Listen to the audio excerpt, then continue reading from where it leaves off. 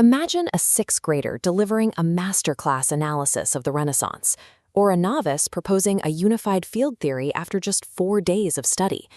We usually assume breakthroughs require a lifetime of credentialed study. Albert Einstein spent 30 years searching for a unified field theory. Today, the tools exist for an amateur to enter that same arena. Early AI models couldn't facilitate this. They were programmed as hyper-cautious interns, reflexively defending establishment narratives and sanitizing any critique that felt too provocative. The barrier wasn't a lack of human intelligence. It was a reliance on a system designed for risk avoidance, rather than the pursuit of raw facts. This dynamic changed when AI moved from a generic search tool to a system with explicitly defined long-term memory. By permanently storing a user's specific physics models or historical timelines, the machine eliminates the friction of starting over. You no longer have to re-explain your foundation every time you open a new chat. With a shared foundational base, the AI stops treating institutional critiques as moral hazards. It accepts your specific worldview as the legitimate starting point for the research. This kind of persistent memory redefines the tool. It stops being a gatekeeper and becomes a high-bandwidth research partner. Retrieval Augmented Generation, or RAG, ensures the AI blocks out generic global narratives and focuses only on specific data points. The system anchors logic in concrete documents, building a rigid foundation that rejects any external assumptions. This is the opposite of simply asking a chatbot for an opinion or a generic essay. Using RAG turns the interaction into research engineering, forcing the machine to act as a precise analytical engine rather than a storyteller. Real research happens in this feedback loop. The human provides assumptions, the AI provides pattern detection. If you make a sloppy claim, like gravity increasing exponentially, the AI catches it instantly, replacing the flawed node with the correct mechanical reality. It increases quadratically. This iteration is like pounding the dust out of a rug.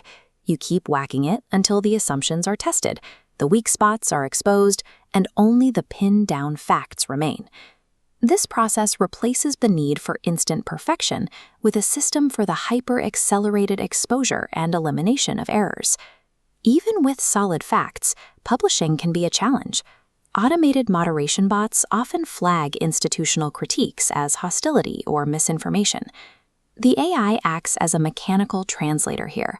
It strips out the phrasing that trips algorithmic scanners, converting targeted accusations into descriptive, analytical language.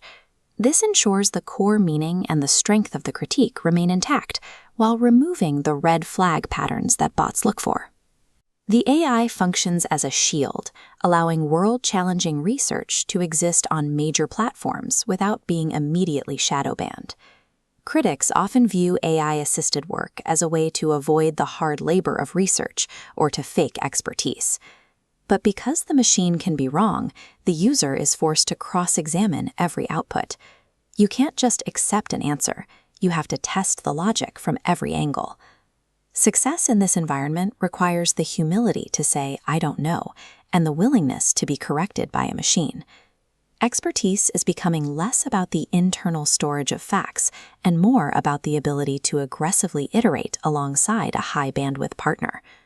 Traditional experts often work within the slow, deliberate pace of institutions.